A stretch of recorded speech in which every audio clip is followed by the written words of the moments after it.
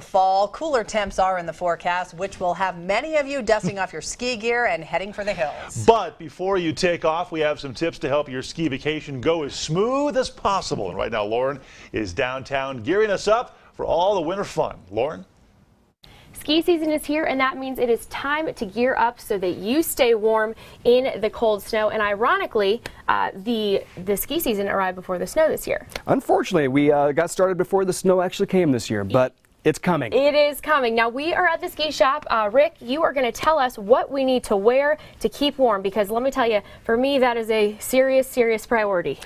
Absolutely. And the toughest thing you got to do is you got to keep the extremities warm. So we got to start with your socks first. Just a real thin wicking sock to help keep those ski boots or snowboard boots warm. Right. And then we got to talk about your fingers. So the next thing is your fingers. We need to make sure you got a windproof, waterproof glove or mitten. Mittens are always going to keep you warmer. Right. And when we use the leather, the synthetics in here, this is just going to feel great around your hand and definitely keep that hand from staying dry all day long. And are these the automatic ones? So the next step up is we're going to start talking about heated gloves and mittens. That's what I like right there. And so now we can give you a battery-operated, rechargeable, heated glove that's going to last you throughout the whole day. So if you truly have a hard time staying warm on the mountain like a Florida girl might, this might be the answer to all your problems. Definitely. So just a great program there. Looks like it. And the next step is going to be your base layers. So your tops and your bottoms. This is going to help keep you dry throughout the day, so that the outer layers are going to be windproof, waterproof, can help keep you dry. And so once we have the base layers, the gloves, the socks, we now talk about your mid layer. So we're going to zip a mid layer in between the coat. So I picked this wonderful, colorful coat. Very nice. Looks very like girly, a scene on the mountains. We love it. So now we're talking windproof, we're talking waterproof, we're talking insulation. We have hoods. So this is all about the warmth. So the socks, the base layers, and now your outer layer allows us to really keep you comfortably dry. And the key thing is we've layered. So if you get too warm through the day, you can take it off. You can take off layers. Right. So this is going to really make or break your ski day. Awesome. And I've actually heard too, in the summer, or not in the summer, but in the spring when it's still there's still a lot of snow out there, you do get warm. You take off the layers, and you can even get a suntan out there. You do, absolutely. Yeah. Absolutely. All right. And last but not least, if you have those chronic hands and toes, we do have little disposable heaters you can put in your boots or your gloves. Very, very nice hand warmers. I have used these since I can remember, even in Florida, folks, so you can laugh at me all you want. Now this, I got to talk about this for a second. Is this similar to like a wetsuit would keep you warm? I know you're not in water, but it's tighter to the skin. It's actually more similar to your yoga pant. Okay. So it's designed to help wick away the perspiration, because when we're skiing, you actually do get hot. And if we can wick away the perspiration from your body, it allows the external layers to keep you dry throughout the day. So it's more similar to a yoga pant than a dry suit. So like a dry fit. Yes. Very nice. All right. Well, we are going to have much more all morning long with Rick, all things skiing, skiing 101 for me, and it's going to be a lot of fun. So stay with us. Back to you guys. We just need more snow in the mountains. That's what we need. That's the key ingredient to all this. A lot of people itching to get up there for sure.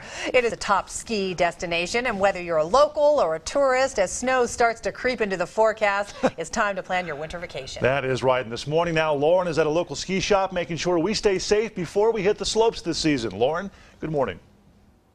Good morning. We are at the ski shop this morning, and we are getting suited and booted for ski season. I'm with Rick Yule, owner of the ski shop here. And Rick, we are talking safety, and we're starting with the shoes, the boots. So with the boots, the first thing we got to do is we need to measure the foot. The foot needs to fit in the ski boot or the snowboard boot. Otherwise, we're going to have a miserable day on the mountain. So first, we're going to measure that foot to see what size shell we're in.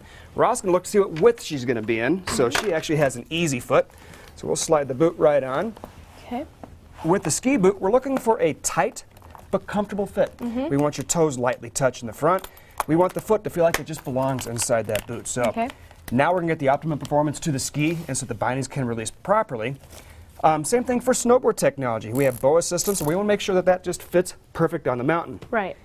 For the skier who has a hard time, we can now turn the snowboard boot into an actual ski boot by stepping you into this chassis from Apex out of Boulder, Colorado. And so now that snowboard boot just turned into a ski boot. So now That's what you call hybrid right there. Yes. Very nice.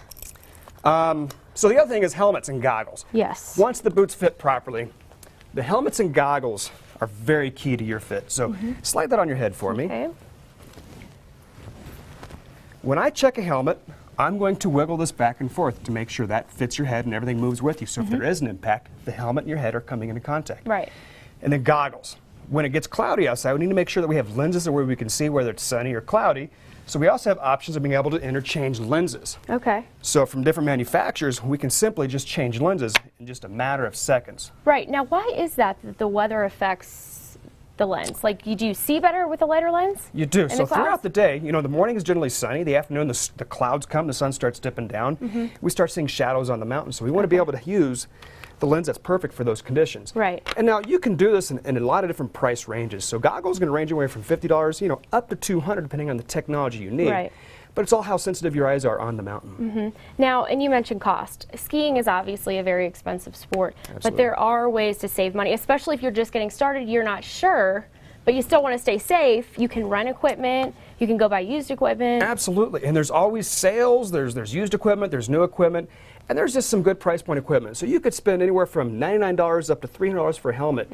You're not paying for any more safety, you're paying for more features. So it depends on the features of the helmet you want, or the goggles, or the boots, as to how much you want to spend on the Right. equipment. Helmet, most important thing. Absolutely. Yes. And you said the #1 killer is trees out there on the slopes. We're seeing a lot more contact with the trees right now. As the skis keep getting wider, we're getting a lot more skiers and snowboarders getting into the backcountry areas. And the trees do not move. So Right. if you can't avoid it, there's going to be some impact with it. Right.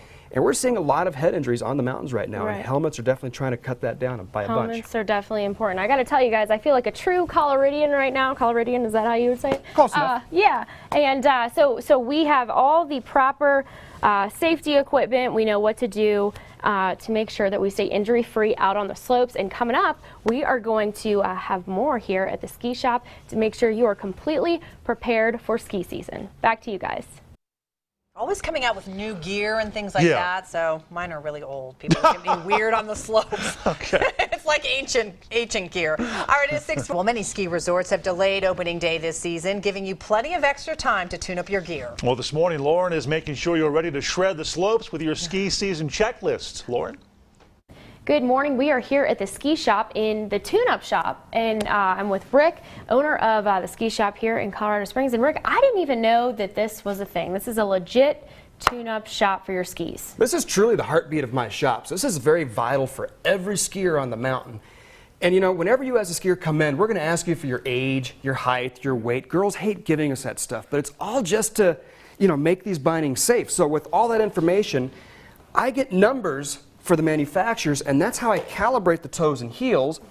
And I use a testing device to see what number I should have to keep you safe on the mountain. So, you know, when we do ask you those questions, please be honest with us. Don't tell us you're, 16 years old and the false weight, because we get that a lot. It's really just for your safety. Right. And then a lot of safety skiers, is obviously key. it is very key. Yes. And then a lot of better skiers love to take their life in their own hands, and they're going to ignore my charts, and they're going to turn the toes and heels up to whatever number they want to do. And so that's why we see a little bit higher rate of failure with the equipment, because skiers are not getting their equipment as tested as frequently as they should, and they're doing their own stuff that they shouldn't be doing. So Right. please have a certified technician test your gear once a year. It just really helps keep the skiers safer on the mountain. Moral of the story, if you're not an Olympic skier, don't act like one. Don't act like one. Makes sense. All right. While they're here, let's talk about waxing the Yep. skis. So, a very key thing, even to a brand new ski, is making sure those tips aren't too sharp up in that. So we always detune the tips on here so the ski doesn't get too grabby, doesn't get too hooky. And then we use a little bit of a soft stone just to dull that back just a hair to allow that ski to really glide through the snow through all conditions. So based on your level skier, we change how far back we detune this. So for an expert level skier, we used to go to contact. More of a beginner level skier, we come back. So the ski glides and that turns a little bit more easily. We don't catch the tips and the tails on here. And then once we get everything finished with the edges, we're going to use a new system where we're going to use an infrared waxing system. So we actually just crayon that wax into this ski. And once we get the appropriate amount, we would set that ski over here on this bench. And now we're going to use a brand new infrared waxing system where I can bake that wax into that ski. And as this light travels over it several times, we're going to see how that wax melts into the base to keep us gliding on that snow longer. Right, and you told me earlier, you guys are the only one in the area that actually has this machine. We are. We invested heavily into this, and it's really saving money as far as the wax scrapings. We're trying to be more environmentally conscious with that, so we're using less product, less trash we're throwing away. and this is truly giving us the best wax I've seen in many, many years. Right. All right, guys. We'll come in here and get your skis tuned up. $50 about total? For everything, sure. Right. For a great tune, absolutely. Right, and that's very important to have for the whole season. So come see Rick at the ski shop and make sure that you guys keep it safe out there on the slopes. It's going to be my first time this year, so I am super excited about that. And now I know everything that we need to do, thanks to you. Thanks, guys. Back to you. All right, Lauren, good stuff. 7:26.